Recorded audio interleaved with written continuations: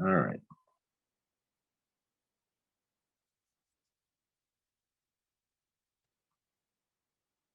So we'll go ahead and get started. I think it's top of the hour. Um, Good morning, everyone. I hope everyone is enjoying the uh, the conference so far. So I think we still have some people streaming in. I hope you're learning a lot. This is definitely something a little bit different than we're used to, but it seems like it's working itself very well. So to really just continue with what we've been doing at the conference, feel free to you know, put your questions or anything, comment that you'd like to have in the chat as I go and speak. I'm going to leave some time to answer any questions that you might have at the end of my talk. And I believe we'll be uploading the PowerPoint at the end of the conference on the platform. So as if any of you had a chance to listen to Vanessa speak this morning, you can kind of appreciate a little bit about, what she said in terms of strategic foresight, right? Really kind of understanding a little bit about some of the forces that are really reshaping the world as we know it, reshaping our understanding of how things are working, how things are going to work in the future, uh, thinking more strategically about how we want to operate in that future, what kind of world do we want, not only as a society, as human beings, how do we work around with technology in order to, think about this new society, how do we work with each other, how do we work in a world where our very concept of connection, people, society, money, capitalism, everything is being reinvented as we know it. So today, I kind of want to piggyback a little bit more on that idea and that concept, and really talk about, how we should be thinking about our organizations moving forward in that kind of future, right? So we're really talking about a radically different future than what we're used to. We're talking about a future that is not too far from what we used to call science fiction, right? So whether or not we talk a very high level of technology that surrounds us, a global community, a much more diverse, not just workforce, but global workforce, people capable of working and doing transactions and from a global perspective because of an enmesh society, what we call the Internet of Things, a society where, we might be an interplanetary species, some of us living on Earth, some of us living on different planets like Mars or Venus or even the moon. So what we're talking about in probably the next 100 years of this planet, even the next 10 to 15 years, we're seeing more technological revolution than we've ever seen from the past 150 years on this planet, something unprecedented.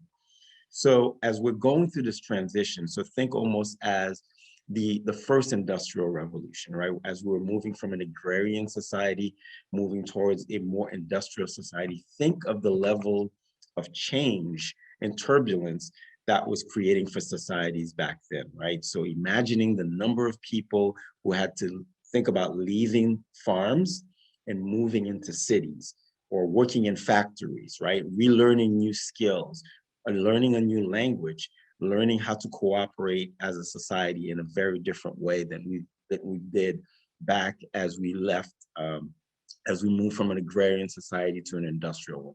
Same situation here, another inflection point.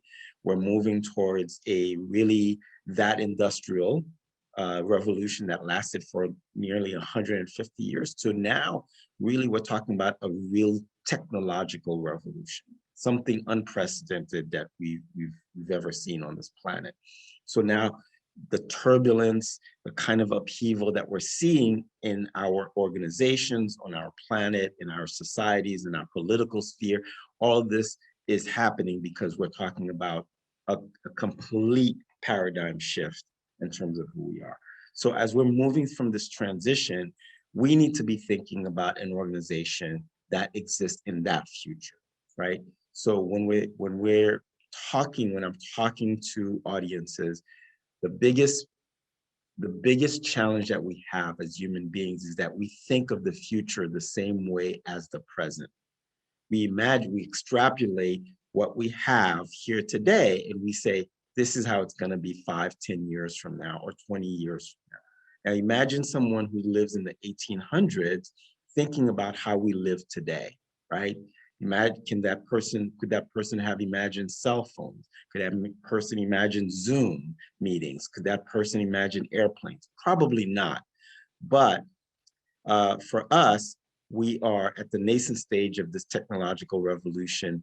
We need to be able to extrapolate and think about all these changes that are already on the horizon in this cone of certainty that we know possibly could happen. There is absolutely no way for us to remember or to be able to know every single facet of the future, but we can have a pretty good idea of that things are going to be radically different than they are today.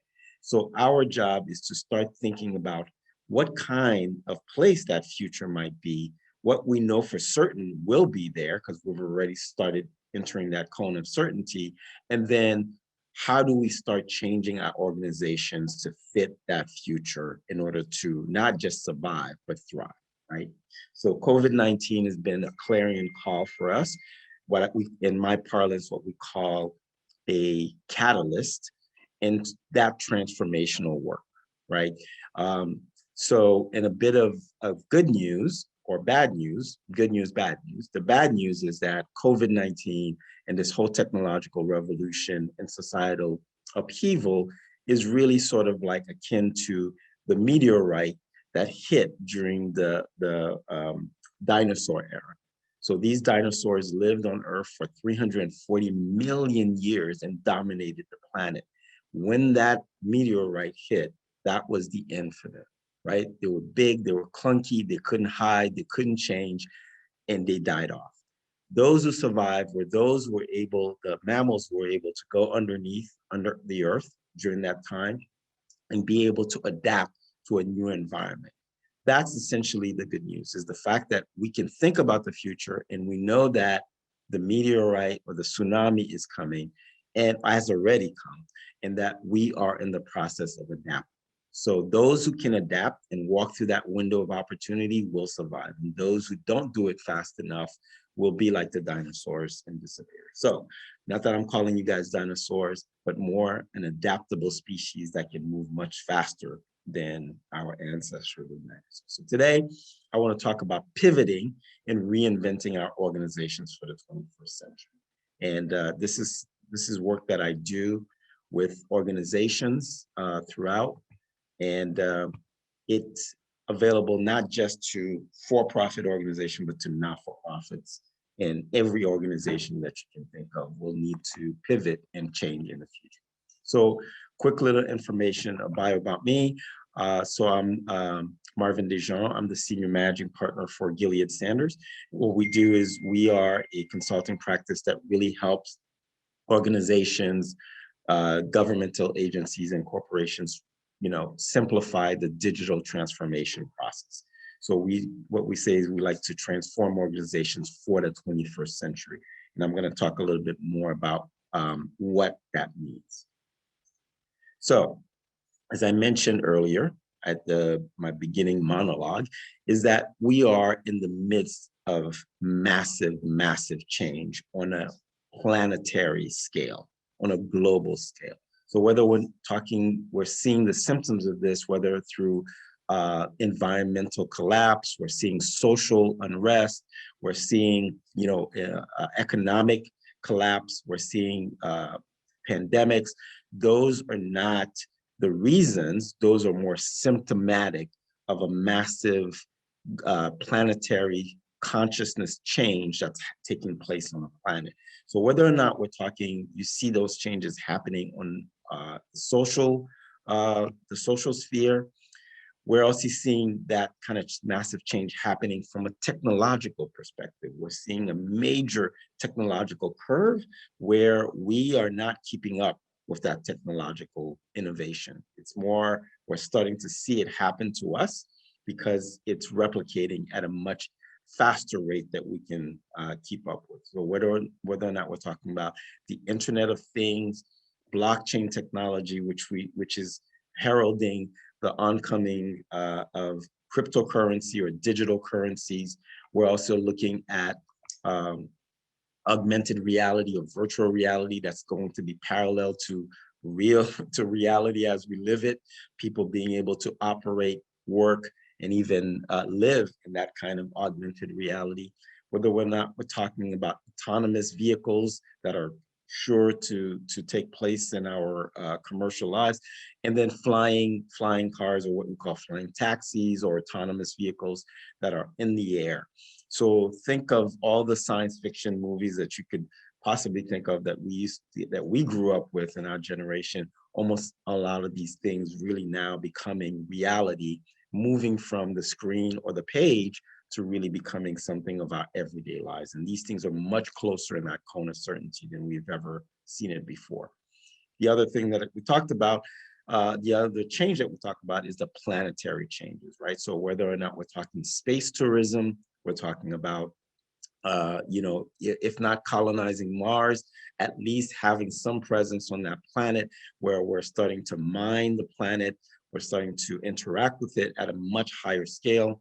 Whether we're talking about going beyond our galaxy now with, the 600 billion more exoplanets that are starting to come into our line of view as existing beyond our galaxy, meaning that they can sustain either life or possibly other forms of life. So we're really at a nascent stage where really change is like the understatement of the day about our change. So what we're seeing on our planet is change at a massive scale. So Peter Diamandis is well known. He's the gentleman who started X Prize, if you're aware of that. He made a statement which is absolutely true. In the next 10 years, we're going to reinvent every single industry. And we're already at the stage where every single industry is being reinvented. So the not-for-profit sector, the philanthropic sector, is not immune to that change, right? Because we work with individuals, we work with corporations, we work within society. So those changes are going to affect our sector as well. So we are at what we call an inflection point, like I said. So whether or not we're looking at the rise of technology, artificial intelligence, blockchain technology, IoT, 5G satellite networks that are circulating around our planet now with SpaceX and others putting these kind of satellites into our orbits, autonomous machines, augmented reality. Now, each of these technologies on their own has the power to change our society in amazingly significant ways, each of them individually without the other. Now, imagine, right, all of these technologies converging all at once, right? So artificial intelligence meets blockchain, meets IoT, meets satellite and autonomous machines, and augmented reality all together. That's what we're looking at within the next 5 to 10 years on this planet, right? So the convergence of all these technologies together creates a completely different narrative for us as a society. So as an organization, as we are in that inflection point, you need to be thinking to yourself, how does that affect a nonprofit organization? How will we be acting, reacting? What are the opportunities for the kind of work that we do? Will the work that we do change because of these kind of inflection points and these convergence points? If they do, should we be thinking about that change and be prepared for that change? What is that? How are all these inflection points going to affect our mission as an organization, or the people that we help, or the work that we do? Does it go away? Does it fit? Does it change? Right? So we're starting to see that, the level, the lifespan, or the health span, even the level of complexity inside a society is going to change because of all of these convergence points. So the question is, you need to start thinking strategically about the future, about the mission in your organization, and when does these kind of changes start affecting what you do and how you do it. So really the question that we need to be asking ourselves from an organizational point of view is, are we prepared for disruption? Um, if we had asked that question before COVID-19, probably the answer would have been no. The question now is post COVID-19 is COVID-19 is probably one of the very few disruptions that are coming our ways. If you saw Vanessa's talk this morning, she kind of showcased a slide where there was a series of waves coming one after the other, whether it was COVID-19, whether it was a recession, a pandemic. This is the kind of thinking that we need to be thinking about. So are you prepared for disruption? So before you guys came into the room, I was talking to Sandy, and I was explaining to her that my conversations with CEOs and board members of organization is that you can't prepare for every single disruption that is about to come your way, because it's impossible for you to know the level or how many disruptions are coming. It could be wave after waves, right? Whether it's technology, social, political, governance, et cetera, et cetera. So the goal is not to prepare for every single disruption. The question is, how do you prepare the organization for whatever may come, right? So don't try to anticipate all the types of disruptions that will be out there, but really, how do we flip the script and say, how do we prepare our organization for whatever may come, whatever level of disruption may come? Well, there's only one way to do that, and that's to make the organization highly adaptable, highly agile, and highly innovative, and being able to think about the future in a very strategic way and anticipate and really create the opportunity to say, whatever may come, we can pivot quickly because we have a very flexible structure. We have a very flexible organization. We have a very flexible workforce. We have a very flexible way of delivering our services in digital or innovative ways that allows us to pivot very quickly. So I'm sure after post-COVID, we are all discovering what it means to be adaptable and what it means to be highly, agile in a world where we need to be thinking quickly on our feet because things are changing so fast, right? So taking COVID as an example is, how do we start using that as an example to start making our organizations a lot more flexible as we move towards this future, right? So the reason that we need to change is because we need to be thinking about what is the operational model, the engine that is really driving our organizations today. Like I said, the early industrial revolution was a precursor of how we operate today. So we're talking about an invention of how we operate today, an invention of the early 19th century, 20th century, right? Late 19th century, early 20th century. So it was a very different world where we valued efficiency, we have valued scale, optimization, silos, planning, stability, and standardization, because we could predict what was going to happen from year to year, 10 years from now, 20 years from now. We were pretty sure that things were pretty much going to stay the same. And they did for a good 100 years. As change happened rather slowly, incrementally. Even those created some kind of turbulence, but we were able to adapt very quickly. But now we live in a world where agility, innovation, speed, responsiveness, creativity, and resilience are really what we need. This is what our organizations need. So continue to work with a 19th century model for a 21st century demand is really going to make us obsolete. It's really going to make us this dinosaurs that I mentioned about earlier, right? So we obviously need to be thinking differently. And how do we thrive in an environment that is radically remaking itself in ways that are unprecedented?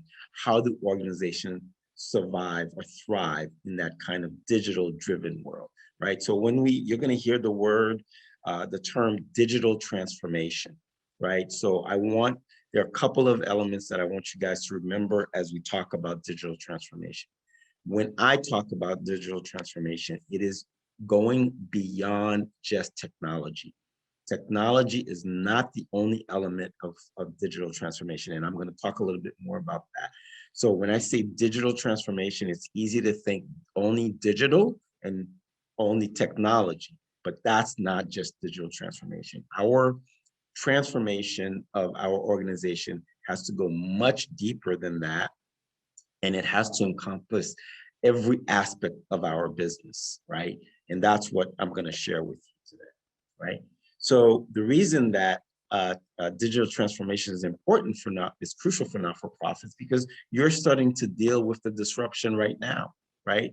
Most organizations, just like for-profit corporations, are hitting headwinds and significant obstacles. So we're seeing flatlining contributions, whether it's due to the recession, whether it's due to people being stretched too thin. We're starting to see loss of jobs and people not being able to provide contributions the way they used to. We're starting to see this economic wealth gap that's starting to happen globally.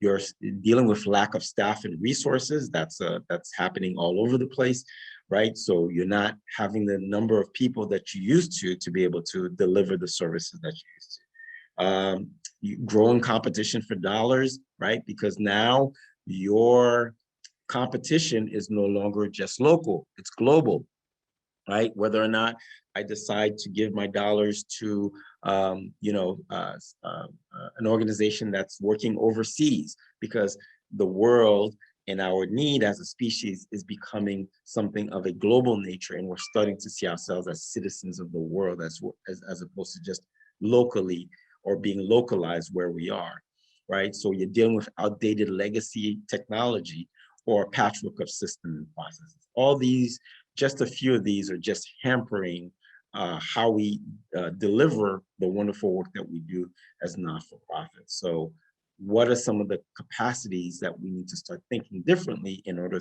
to deal with those headwinds?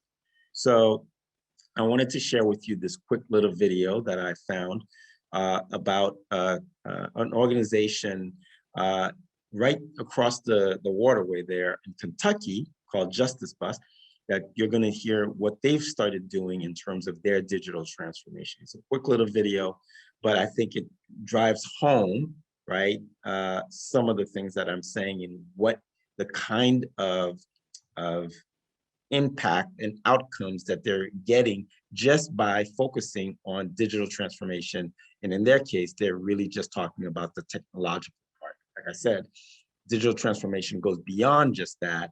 And we're going to talk a little bit more about that after.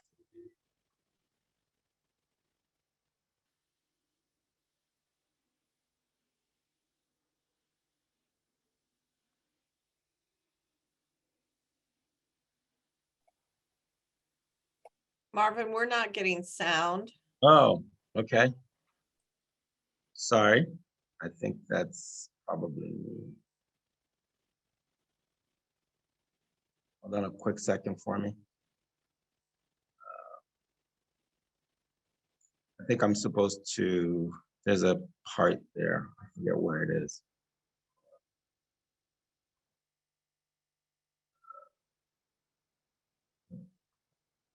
A quick second, guys.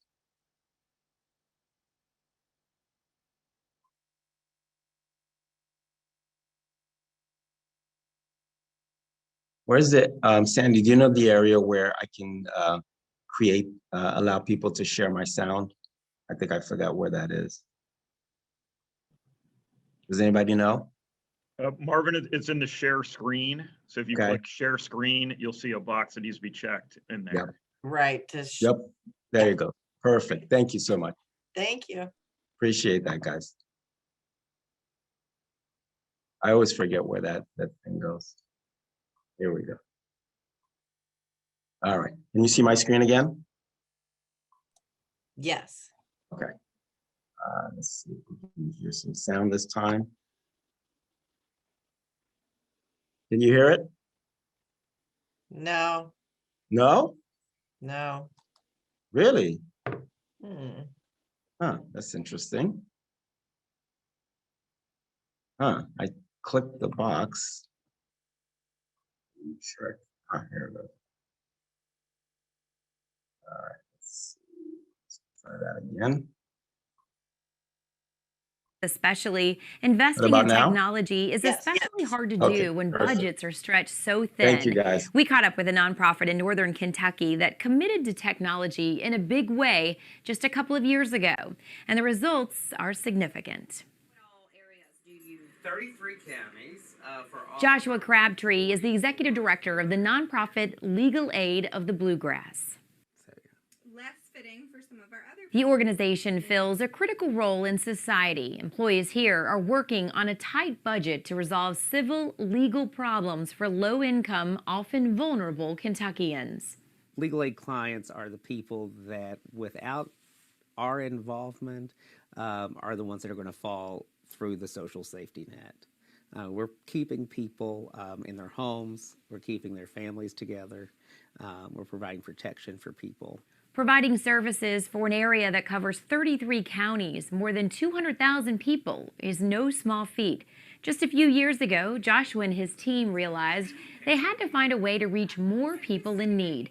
A digital transformation wasn't just some luxury they hoped for, it was a necessity. It was commonplace. We were having to restart the servers once a day. Something was bogged down, something was slow. I'm not that tech savvy to know what was going on, but when we kind of did an assessment, we were operating 30-something servers at some point. I mean, it was, our backup was something you would play your video games on. The first priority involved an overhaul of their servers and a slow migration to the cloud. Once that hybrid setup was complete, the focus shifted to updating the firewall, Wi-Fi ports, switches, and much more. All in, the overhaul cost approximately $750,000. Crabtree says the transformation has made a significant impact that they realize more and more every day. Yes, I can remote in from home and everything works quite well. Or I want to work in the conference room, or my office is being painted. I'll just work downstairs and still be able to log in, access everything, do the work that I need to do. Portability for employees, the option to telecommute, in a kind of planned way. Crabtree and his team didn't go through the transformation alone. Robert Patterson of NetGain Technologies was brought in to serve as the virtual CIO. He helped the group walk through the process. Whether it's server, storage, networking, cloud technologies, all of those things. And we're saying, here's what the industry is deeming as the best way to handle these types of technologies. And here, based on our findings, is how you're handling them today.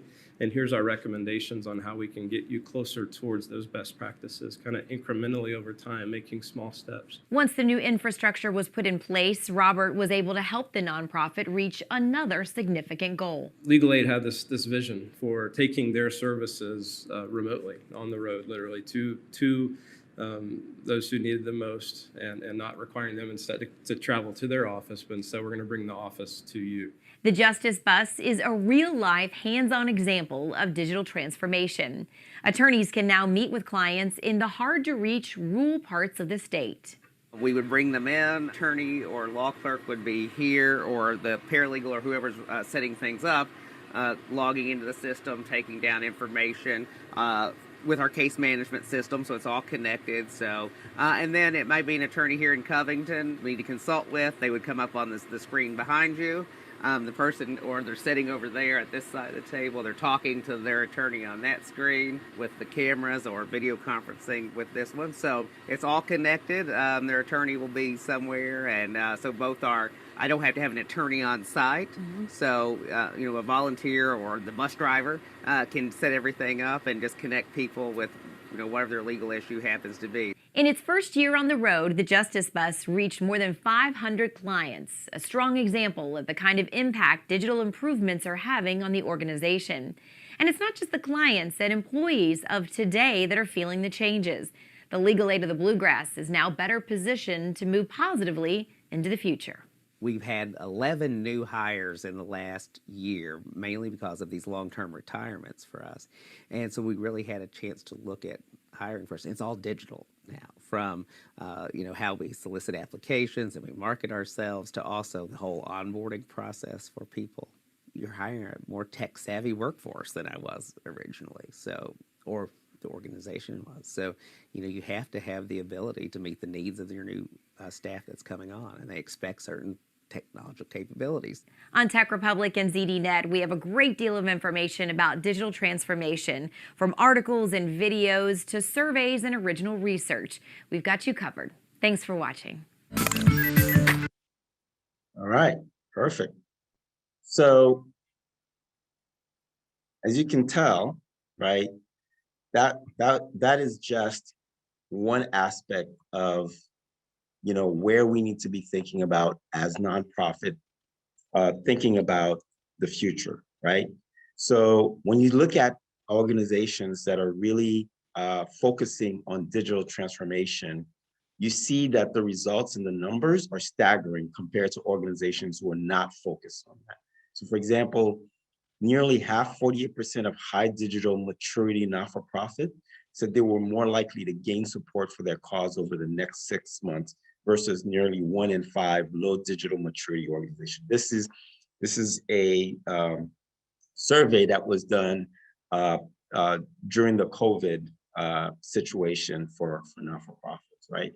So those who had been investing in digital maturity, those who have been investing in that journey, they're starting to see much higher results in people in terms of donations or in terms of attracting talent pools, or even in terms of fundraising, right? So 55% of high digital maturity organizations say they're likely to be able to nurture and strengthen relationships or supports digitally, as opposed to 31% who are not digitally mature. 81%, that's very high, of leading not-for-profits said they met or exceeded their goals in marketing and communications, compared to 62% who did not. And then 85% of high digital maturity nonprofits were likely to have or meet or exceed their fundraising goals, compared to 66%.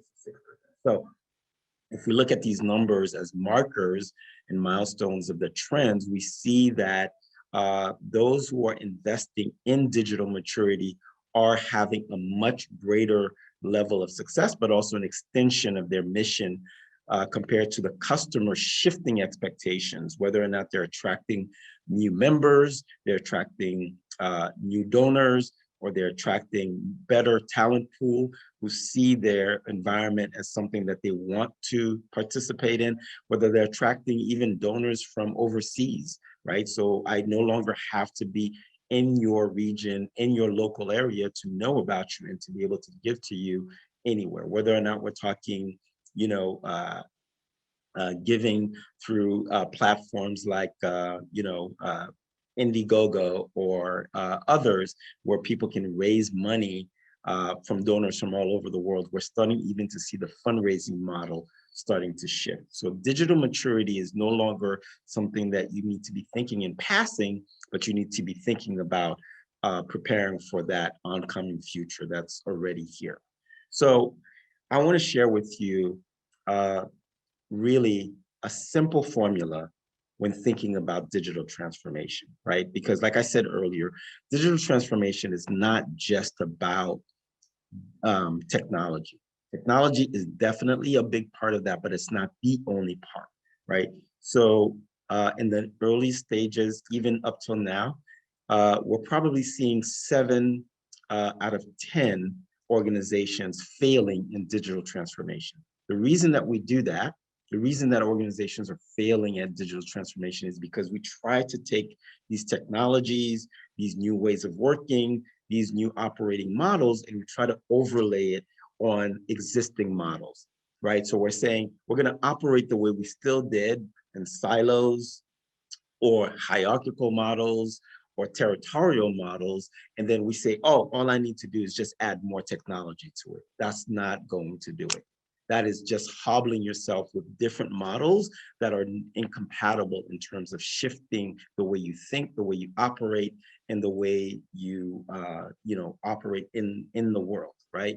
So when I talk to my clients about digital transformation, I say use a simple formula to think about what I call the 7 pivot points where you need to focus your time, your energy, your resources, not only in thinking strategically, but also in investing strategically in order to start doing that mindset shift or that shift of your organization. So think of it, the simple mnemonic device as tip square M, right? Tip to M. So it's not, Einstein's theory of relativity. So I don't want you to think of a mathematical equation, but more of a mnemonic device to think about digital transformation. So what does tip 2M stand for, and where you need to focus your time and energy on those 7 pivot points? So the first, obviously, is technology. That's an obvious choice. That's where we say digital transformation is all about technology. It's not just all about technology. It's also technology is what we call the accelerator that's going to get you to the platform that allows you to serve a much greater number of people more efficiently with the least amount of resources, right? A second, which is your second I, with your second T, and that 2M model is trends. Exactly what we were talking about. What are the customer trends? What are the technological trends? What are the social political trends that are taking place that are sure to have an impact on your organization? How are people changing their way of thinking? We talked about, the level of diversity that's taking place now in the workplace, not just here in the United States, but globally, because this is a trend that is sure to only grow bigger as we become a smaller planet due to technological change and other changes. So what are some of the trends that you need to be thinking about from a scenario perspective, from a strategic foresight perspective? What are the trends that are going to impact your organization, and how do you prepare strategically for those when those trends start becoming a reality? So really creating scenarios that help you think about the future and being prepared for those trends when they actually become concrete. The second part of your mnemonic device is innovation. As an organization, as a not-for-profit, innovation is no longer something for other organizations to have, or it's in the for-profit world, or it's a technological thing. No, you can innovate, and you have to innovate because innovation is part and parcel of your operational DNA.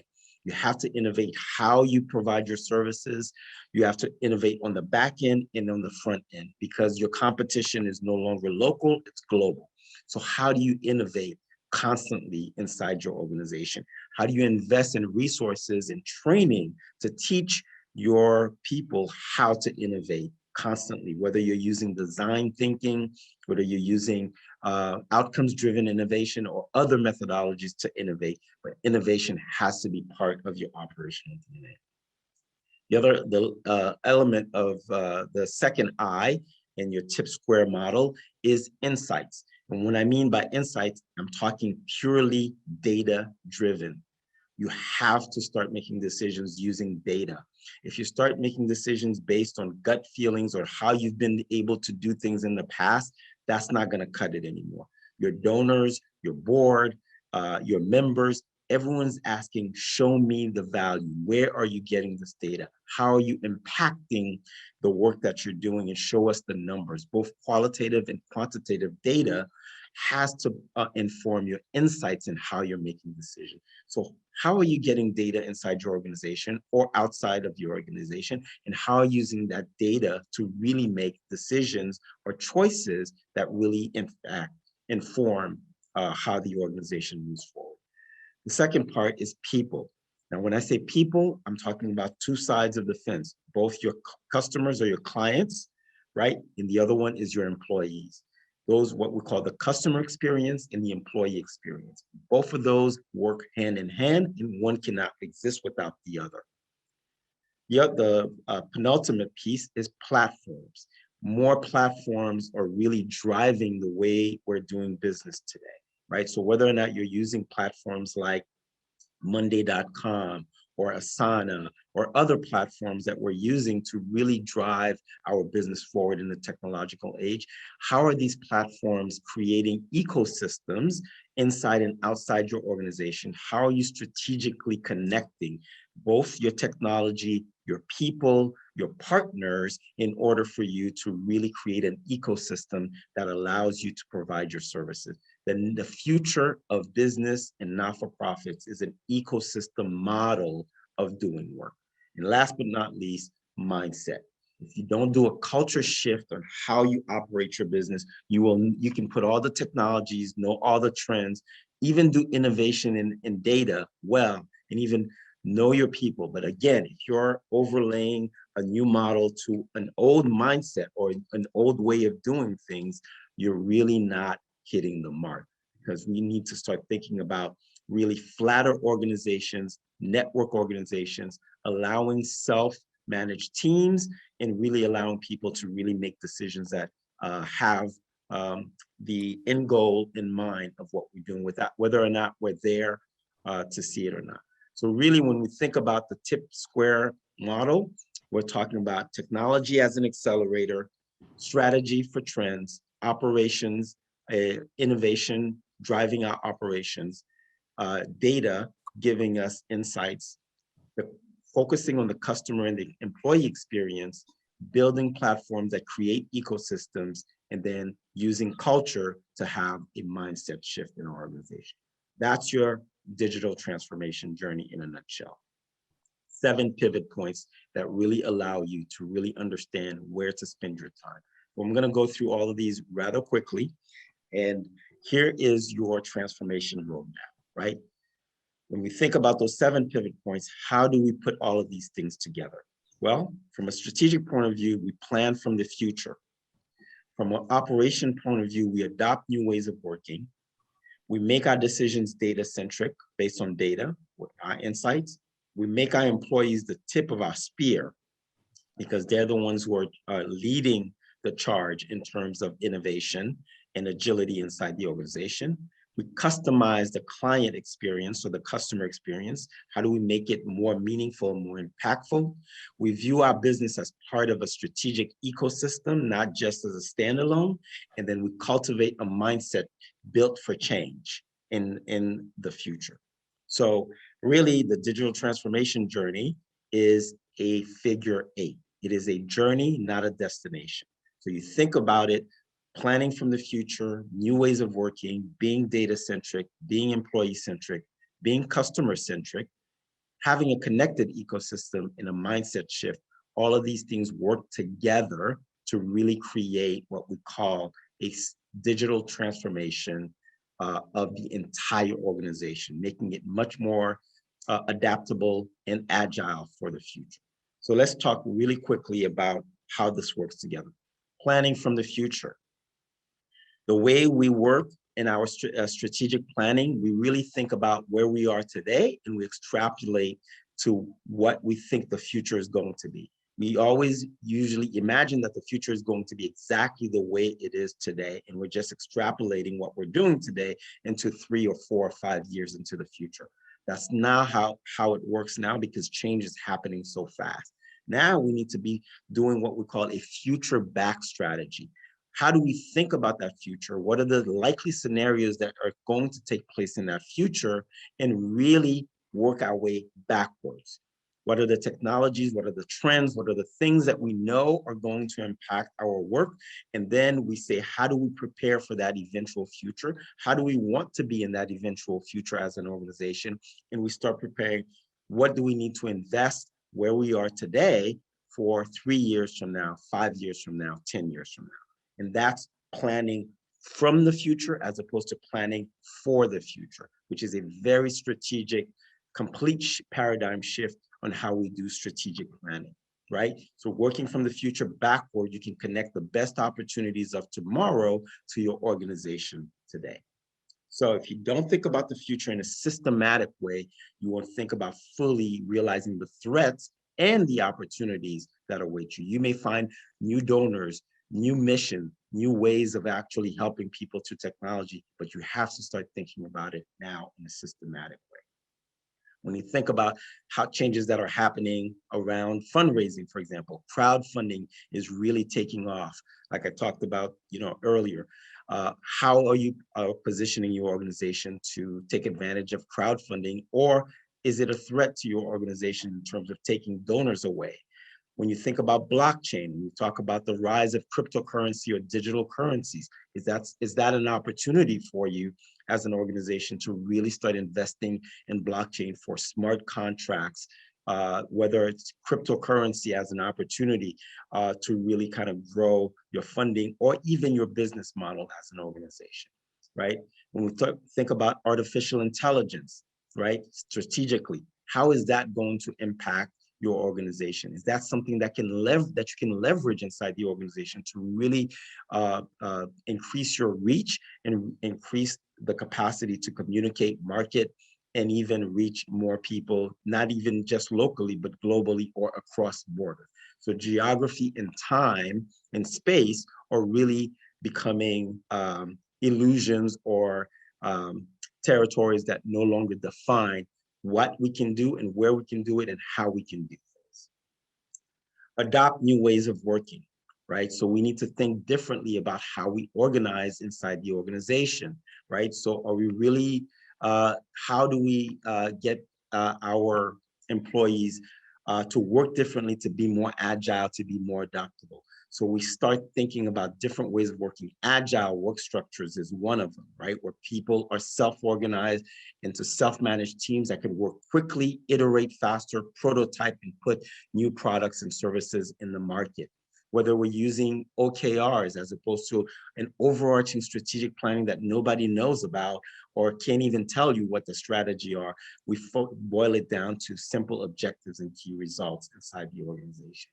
Whether we use design thinking, systems thinking, change management, test and learn, or lean, waterline decisions, allowing employees to make decisions at a certain level where you don't need to be involved anymore. Collaborative, outcomes driven, and co-creative, allowing our organizations to co-create the services, the solutions that are impacting us. So these are new ways of working that we need to be thinking and injecting inside the organization. Don't boil the ocean. Don't do it all at once. Start with one team, one project, and slowly ease your way into learning how you can actually start putting inside an organization, learn from it, and then scale as you go. So don't try to do it all at once. So new ways of working around teamwork and collaboration, adaptability and agility, and human-centered innovation really helps to drive digital transformation inside our organizations. So we build high-performing teams and we create more effective campaigns. We can expand our programs, greater team unity, flatter organizational structures, and the ability to test and innovate before we invest large sums of time and resources in prototypes, right? Again, we turn data into actionable insights. So from data to insights, the blueprint for your organizational shift. How and what kind of data are you using to make decisions, right? So the power of data is really what drives digital transformation. You can create new ways of doing things.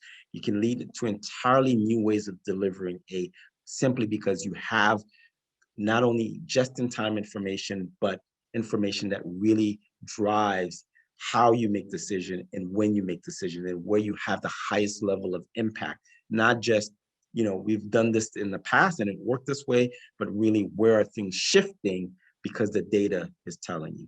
So whatever you're making this decision, your first question should be, what is the data telling us, right? Last but not least, empower your employees, right? So companies who invest in empowering their employees really prosper in digital transformation. Those staffs are the ones who have access to data and information in real time and make customer-centric decisions. They really drive your organization because they are the tip of the spear. So really thinking about your employees, they're the ones who are going to drive agility, innovation, the customer experience or the client experience, and moonshots, the big, hairy, audacious goals that you have. It's all driven by your employees. So really taking time to invest and your employee experience really pays dividend in the long run in your digital transformation journey. So the main two problems or challenges you will have in empowering your employees will be leadership and culture. So is the leadership invested in the old model of leading instead of coaching? And is your culture hampering you from really allowing employees to be empowered to make decisions? We're addicted to the hierarchical model because that's what we've been doing for 150 years. The question is, how do we shift that and allowing more autonomy and mastery by employees in order for them to drive, our mission forward without us having to make all the decisions inside the organization? That drives agility and that drives mastery from the organization. Customize the client experience or the customer experience. Really, you guys are delivering services, but really think about the end user, right? So how do we want our customers or our clients to feel? How do we help them save time, money, peace of mind, access, connections, ease of use, unmet needs? Those are all things that we do. But instead of starting with a product or service, we start with the end client in mind and work backwards, right? So what are some of the unmet needs that we can do? But we do this informed by data and the client that we're serving, as opposed to the other way around, us saying we know what the client needs, let the client drive how we actually deliver services. We thrive in a business ecosystem, or in this particular instance, in a not-for-profit ecosystem. The ecosystem model goes from having a middleman that goes from what we do to the client, but by really rearranging our models where we are part of an ecosystem outside of the organization. So thinking about our strategic partners, right? How do we create an ecosystem where all our clients really get serviced, but we do what we do well inside that ecosystem? And that ecosystem can bring in, whether it's other not-for-profits, other businesses, corporations, but creating that ecosystem in a way where digital and both offline and online work together in order to service the client in real time. So what we're talking about is really creating an ecosystem of partners, not-for-profit, using digital technology to raise funds, improve productivity, and accelerate innovation. By being part of that ecosystem, you leverage the strength of your partners in that ecosystem, not only to deliver service, but also to strengthen your organizations yourself. So think about building that ecosystem or participating in an ecosystem that already exists. So when you think about an ecosystem, how can you work with others to achieve results? Who shares your vision? What is your unique role in that ecosystem? And what is your role in building shared value? And last but not least is your mindset or your culture, right? So think about digital transformation not as a destination, but really as a journey, something you are constantly on, iterating that process, getting better and better as you increase your understanding and the level of efficiency. So you want to create a mindset shift that allows your organization to be adaptable, focused in being able to work in ambiguity or an ambiguous environment. You're constantly curious, how can we do this better? Should the way we're doing things, is it always the best way? Question your assumptions. You want to collaborate, whether it's in an ecosystem or inside the organization constantly. And then finally, you want to diversify the elements that you're doing when you deliver. So when you think about it from a grand scheme, you want to think about your business model innovation. Are we delivering the right way? Does digital help us go further than where we are? So is our business model, can we innovate on that? Or organizational design, can we design better to deliver faster, quicker, or pivot when we need to? Our leadership, are they adaptable? Can they step back and allow the teams to be autonomous? Do we always need to be the ones making decisions? Can they coach rather than give orders, right? So how do we make the leadership a lot more adaptable? Team agility, we teach our teams how to be much more agile, whether using the agile scrum method or any kind of methods, but we make them more agile in terms of being able to respond to whatever's happening. And then finally, our strategy, whether or not we're thinking about the future and developing a strategic portfolio that can help us withstand any kind of changes or pivot. how we get money, how we get donations, how we get members. All right, and I believe I'm right on time. So if there are any questions, I can answer them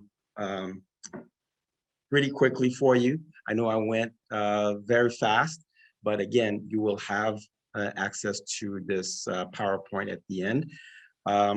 So that's really what we need to be thinking about in terms of transformation and transforming our organizations for the future, is think about digital transformation from a holistic point of view, not just about technology, but really all these 7 pivot points, right? Technology, innovation, trends, people, platforms, ecosystems, and mindset. So think about those 7 pivot points as you start thinking about transforming your organization over time. All right. Any other questions for me?